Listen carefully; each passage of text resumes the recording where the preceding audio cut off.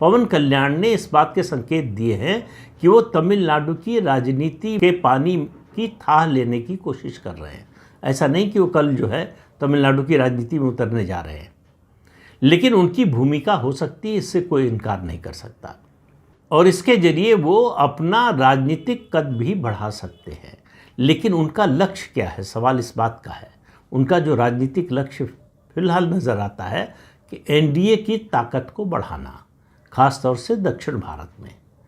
और एनडीए की ताकत को बढ़ाना तो एक बात हो गई। बीजेपी के लिए जो अच्छी खबर है वो ये है कि वो सनातन धर्म के साथ, सनातन धर्म का जो एजेंडा है, सनातन धर्म का जो नैरेटिव है, उसके साथ एनडीए को बढ़ाना चाहते हैं। ये दक्षिण की राजनीति में एक बड़ा बदलाव होगा। एक बड़ा बदलाव लाने की कोशिश के अन्नामलाई, जो बीजेपी के कुछ समय पहले तक प्रदेश अध्यक्ष थे, वो कर रहे थे।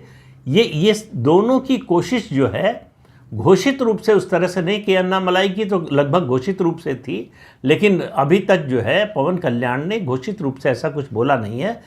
तमिलनाडु से द्रविड़ राजनीति के वर्चस्व को ख़त्म करना।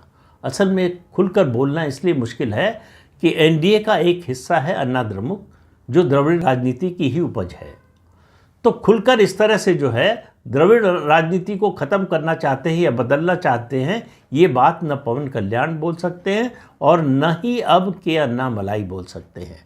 जब तक एआईएडीएमके से गठबंधन नहीं था तब तक के अन्नामलाई इस बात को बोलते थे। और तमिलनाडु से भी जो खबरें आ रही हैं उसके मुताबिक लोग अब इस द्रविड़ राजनीति का विकल्प चाहते हैं, लेकिन विकल्प कोई मजबूत सामने आ नहीं रहा है। एक उम्मीद थी कि शायद बीजेपी अकेले लड़े कुछ छोटे दलों को साथ लेकर, लेकिन ये बीजेपी को भी समझ में आ गया और उसके नेताओं को भी समझ में आ गया कि लड़ तो सकते हैं, अपनी सीटें भी बढ़ा लेंगे, वोट शेयर भी बढ़ा लेंगे, लेकिन द्रमुक को सत्ता से हटा नहीं पाएंगे। तो अभी बीजेपी का एकमात्र लक्ष्य तमिलनाडु में है किसी भी तरह से एमके स्टालिन की सरकार को हटाना 2026 के विधानसभा चुनाव में। उसके लिए जो भी करना पड़े बीजेपी करेगी। और पहला कदम ये उठाया उसने कि अन्ना द्रमुक से समझौता कर लिया विधानसभा चुनाव के लिए। हालांकि ये के अन्नामलाई के पसंद की बात नहीं थी। उनका जो रास्ता था वो दीर्घकालिक और थोड़ा लंबा था और ज़्यादा संघर्ष वाला था।